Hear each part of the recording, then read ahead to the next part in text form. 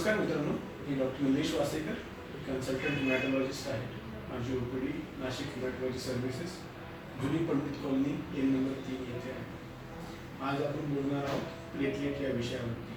Platelet म्हणजे काय, platelet कमी झाल्याने काय त्रास होऊ शकतो, प्लेटलेट वाढवण्यासाठी काय करायला पाहिजे आणि प्लेटलेटबद्दल आणखी आपल्याला काही वेगवेगळ्या गोष्टी जाणून घ्यायच्या त्याबद्दल बोलू. सो प्लेटलेट हा एक शरीरामधला एक सेल आहे, जो एक वेगळ्या प्रकारची सेल असते, ब्लडमध्ये राहते. प्लेटलेटने काय होतं तर प्लेटलेट जनरली ब्लिडिंग स्टॉप करण्याचे कार्य करतात. कुठेही ब्लिडिंग झाली बॉडीमध्ये तर प्लेटलेटचा ब्लॉक फॉर्म होतो आणि ती ब्लिडिंग थांबवण्यासाठी बॉडी काम करते. तर प्लेटलेट जर कमी असेल तर साहजिकच आहे की प्लेटलेट कमी झाली तर ब्लिडिंग होण्याची रिस्क राहते. आपला प्लेटलेट बॉडीमधला प्लेटलेट काउंट जो आहे तो जवळपास 1.5 lakh to 4.5 lakh per micrometre असतो. तर एवढं प्लेटलेट जर असतील तर प्लेटलेट त्याला वापरण्याची काही गरज नाही. वेगवेगळ्या प्रकारचे व्हायरल इन्फेक्शन्समुळे प्लेटलेट कमी होऊ शकतो. जसं आपण बघतो डेंग्यूमध्ये प्लेटलेट कमी झाले आहे, आपण नेहमीच ऐकतो.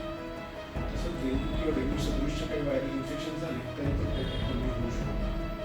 प्लेटलेट या डेंग्यू आजारामध्ये प्लेटलेट कमी होण्याची 2-3 कारणं राहतात. एक तर तो व्हायरस स्वतः बोनमॅरोवरती इफेक्ट करतो, त्याच्यामुळे प्लेटलेटचं प्रोडक्शन कमी होतं.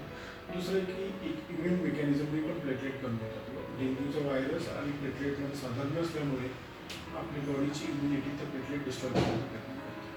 जसं इन्फेक्शन उसरतं तसंच तो प्लेटलेट काउंट इम्प्रूव्ह होतो. डेंग्यूमध्ये 8 ते 9 दिवशी प्लेटलेट काउंट वाढून जातो. अशाच प्रकारचे काही वेगवेगळ्या प्रकारचे व्हायरल इन्फेक्शन्समुळे पण असं होऊ शकतं. काही पेशंट्समध्ये डेंग्यू फीवर नसतानाही त्यांचे प्लेटलेट कमी होऊ शकतात. तर अशामध्ये जर काही व्हायरल इन्फेक्शन झालं असेल ते बघणे गरजेचं राहतं. काही पेशंट्समध्ये फॅमिली हिस्ट्री पण असू शकते. काही घरामध्येच प्लेटलेट कमी असण्याचा आजार राहू शकतो. काही पेशंट्समध्ये जसे बिहार आणि त्याच्या आजूबाजूला राहणारे काही पेशंट्स आहेत त्यांच्यामध्ये नॉर्मली पण प्लेटलेट काउंट 1 लाखच्या रेंजमध्ये राहू शकतो.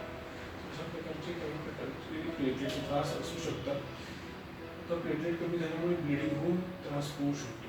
प्लेटलेट किती कमी पाहिजे ब्लिडिंग होण्यासाठी, तर तुमचं प्लेटलेट काउंट 10,000पेक्षा कमी आहे तर तुम्हाला ब्लिडिंग होऊ शकते. प्लेटलेट काउंट 30,000पेक्षा कमी आहे, कुठे हात लागला कुठे त्याचा पण नाही तर ब्लिडिंग होऊ शकते.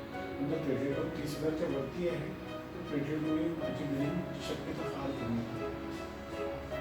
तर आता प्लेटलेटचा आजार आपल्याला आहे की नाही ते बघण्यासाठी कुठल्या तपासणी करायला पाहिजे.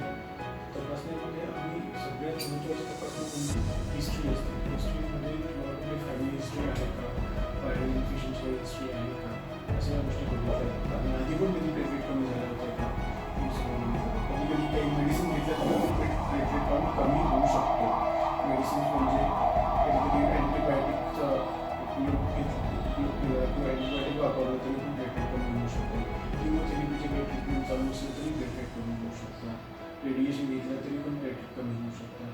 अशा प्रकारे वेगवेगळ्या कारणांनी प्लेटलेट कमी होऊ शकतात. त्यामुळे प्रॉपर हिस्ट्री घेणे खूप गरजेचं आहे.